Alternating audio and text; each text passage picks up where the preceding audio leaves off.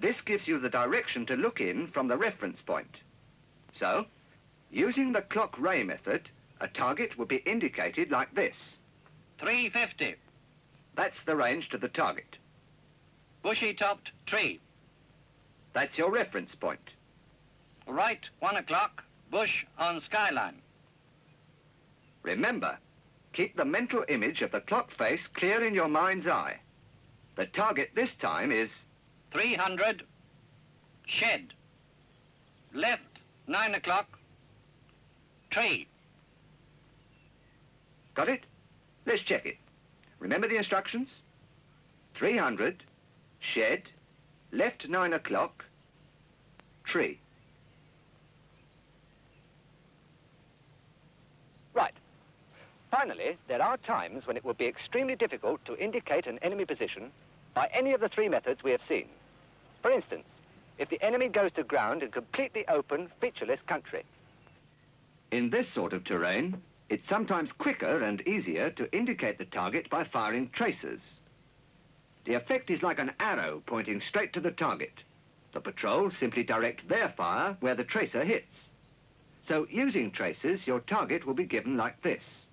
300, watch this tracer, where it hits, enemy, fire!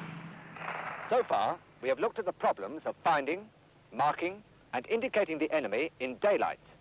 But in war, you will also be required to move and to fight by night.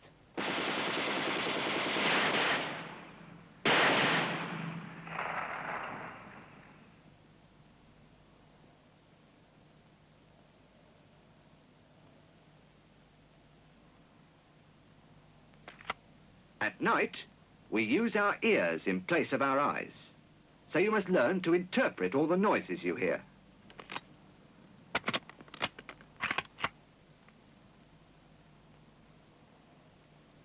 Sound has shown the general direction of the enemy.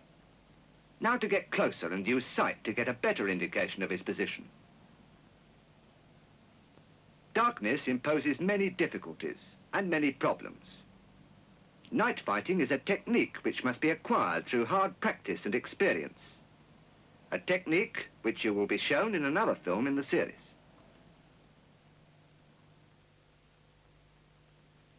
In this film, you have seen how to search grounds, taking the dangerous areas first, followed by thorough investigation of the whole area.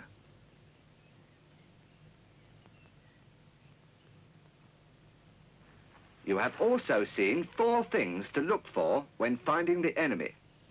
Remember? Choice of bad firing position. Sudden movement.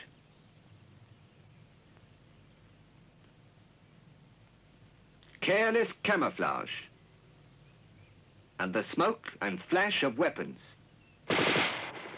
Then, having located the enemy, how to indicate his position, either by direct method, relating an obvious target to the axis of the arc of fire, a combination of the direct method and the reference point used for indicating the less obvious targets in more detail,